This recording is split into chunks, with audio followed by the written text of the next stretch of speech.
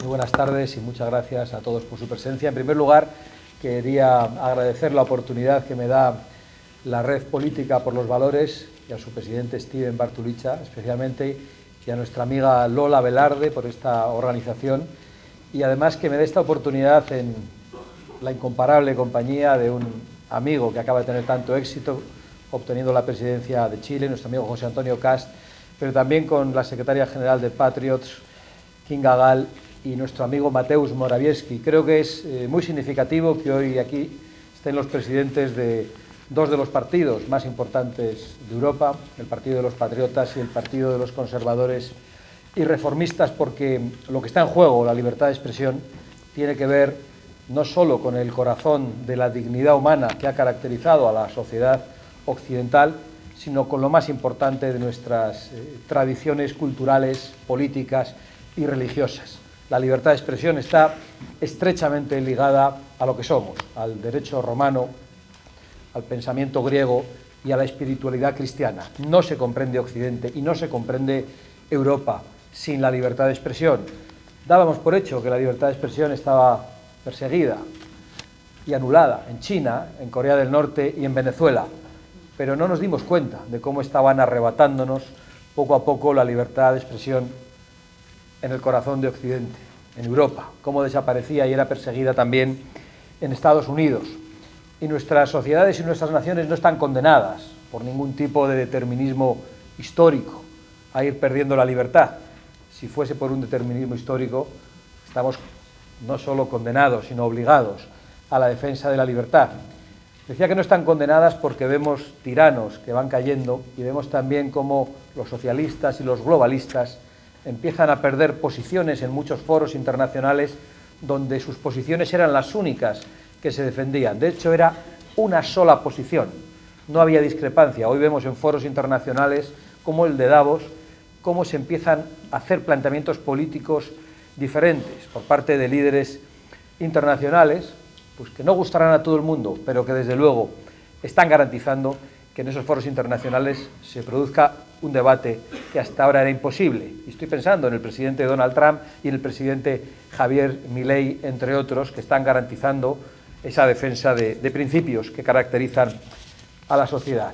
Esta pérdida, este ataque a la libertad de expresión en Europa especialmente, nos ha valido la crítica o la amonestación de nuestros aliados norteamericanos en un discurso en Múnich del vicepresidente de los Estados Unidos, J.D. Vance, que compartimos muchos europeos, porque señaló lo que las élites europeas están queriendo ocultar. Yo creo que a pesar de esta persecución, la libertad de expresión se va a abrir paso. Estábamos peor hace 5 años. Javier Milei estaba en la oposición con un 1% del voto. Giorgia Meloni también estaba en la oposición con intenciones de voto pequeñas. José Antonio Kast, por aquellos años, también debía tener un 2% de intención de voto. En Estados Unidos gobernaba Biden y se habían encargado de perseguir la libertad de expresión en las redes sociales. Incluso había multimillonarios que obedecían para perseguir a las personas que defendían nuestros valores. Es verdad que había algunos lugares donde estaban mejor. Mateusz Morawiecki era el primer ministro de Polonia, pero bueno, yo creo que reconquistaremos también esas posiciones. Hasta ahora les bastaba la demonización. Cuando uno hablaba de la defensa de las fronteras, inmediatamente le llamaban xenófobo. Cuando uno defendía la familia y se oponía a la imposición de esa ideología liberticida, la ideología de género, directamente le podían llamar homófobo, le podían llamar transfobo o cualquier otro tipo de cosa.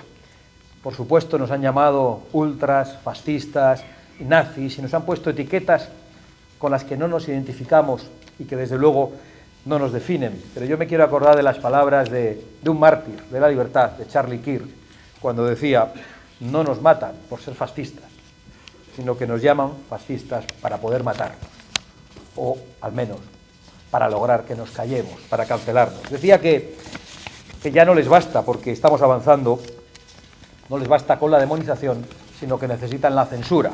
La censura se está imponiendo en muchos lugares porque estamos ante un ataque sistemático a escala global. En España, nuestras posiciones sufren un veto total en los medios de comunicación. en las tertulias políticas, nadie defiende la posición del tercer partido político de España, que representa a millones de españoles. Y lo único que vemos es una demonización, una ridiculización o un silenciamiento de nuestras posiciones. En Francia cerraron el canal más importante de la TDT por defender o por dar voz a Marine Le Pen. No se puede decir nada bueno de la oposición en la Francia de Macron, donde es legal quemar coches, pero decir algo bueno de la oposición parece que está prohibido. Y hoy mismo hemos visto cómo quieren sentar en el banquillo al dueño de la red social X, porque ha permitido la libertad de expresión que entonces estaba perseguida. En Polonia, el actual primer ministro Donald Tusk, nada más llegar al poder, asaltó la televisión con la policía. Nada más llegar al poder, y eso pareció bien a todas las élites de Bruselas. Y en el Reino Unido el Parlamento se negó a investigar las violaciones sistemáticas de islamistas a muchas niñas. En Italia, tanto Giorgia Meloni como Salvini han sido perseguidos judicialmente por defender sus fronteras, y por supuesto Viktor Orbán ha sido multada Hungría, porque su gobierno defiende a los húngaros, protegiendo las fronteras, y protege la inocencia de los niños en las escuelas, diciendo que son los padres los que tienen el derecho a educar a sus hijos, y eso es algo que no pueden permitir las élites que han dominado Bruselas hasta ahora. Pero la grieta en el muro es cada vez más grande. Son muchas personas, son millones de personas en todo el mundo y en Europa las que ya se informan por canales alternativos, por las redes sociales. Y por eso precisamente están intentando cancelar ese espacio de libertad de expresión. Aún recordamos al comisario Thierry Breton cuando intentó, en el más espantoso, ridículo, perseguir la entrevista entre Elon Musk y Donald Trump. Hoy Thierry Breton no puede entrar en Estados Unidos porque es un país que quiere defender la libertad de expresión. Y yo creo que se ha llegado demasiado lejos en esta persecución, y que las élites políticas, las élites financieras y a veces las élites eclesiásticas de Occidente han abandonado a sus propios pueblos. Incluso el Papa llegó a afirmar en el año 2026 que en Occidente el espacio para la libertad de expresión se reduce rápidamente. En España acabamos de padecerlo. Hace una semana el presidente del Gobierno anunció la regularización de 500.000 de personas que están ilegalmente en nuestro país, con las consecuencias que eso tiene sobre la seguridad, sobre el colapso en los servicios públicos, el acceso a la vivienda. Bueno, una semana después el presidente del Gobierno ha anunciado que va a perseguir la huella del odio en las redes sociales. Es decir, no solo quieren condenar a nuestros pueblos a la invasión migratoria, porque esto no es inmigración, esto ya ha adquirido las dimensiones de una auténtica invasión migratoria, sino que quieren impedir a esos mismos pueblos que ven sus servicios públicos colapsados, su seguridad destrozada en las calles y la vivienda inalcanzable por esa presión migratoria, quieren condenarles al silencio y a la persecución. Pero yo soy muy optimista.